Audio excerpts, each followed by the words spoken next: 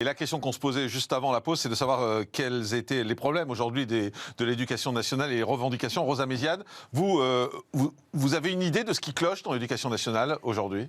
En fait, il y a plusieurs grilles de lecture à avoir avec cette crise dans l'éducation nationale. Il y a effectivement, c'est symptomatique, Ibiza, mais c'est un très mauvais message et une très, très mauvaise erreur de communication.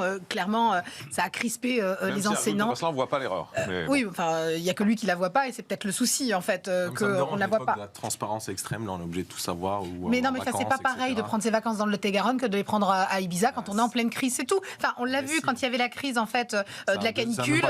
Non, mais, Ergun, excuse-moi, mais il y a des messages forts. Quand tu as des gens, en fait, qui sont à la mine et qui sont en train de galérer et que tu vois que le patron du bateau, il est en train de faire pump it up, que tu le veuilles ou non, ça envoie un mauvais message. Et donc, ça a été exactement la même chose quand pendant la crise de la canicule, quand on a vu des ministres qui étaient en chemisette et qui répondaient, au fait, aux interviews, exactement, Mattei, ça a envoyé un très mauvais message. Voilà, c'est comme ça. Alors, soit on accepte les règles de la politique, soit on les accepte pas, mais c'est un fait. Ça, c'est la première chose. Maintenant, sur la crise, bien évidemment qu'il y avait des choses qui n'allaient pas. On a des enseignants qui achetaient leurs propres masques, des surveillants et également.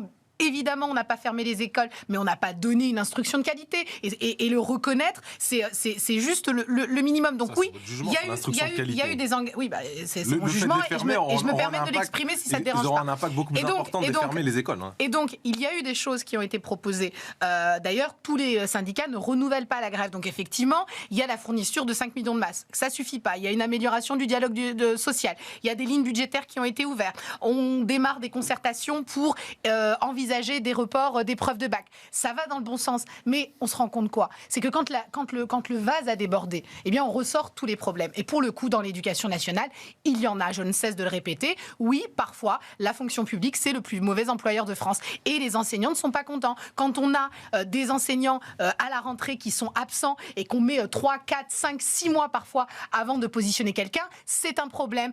Quand on a des heures de cours qui ne sont jamais rattrapées, c'est un problème. Quand on a des salles de classe qui ne sont pas dignes, où on ne peut même pas ouvrir des fenêtres, ça, c'est un problème. Donc des problèmes de moyens et des problèmes en fait d'humains, il y en a foison dans l'éducation nationale.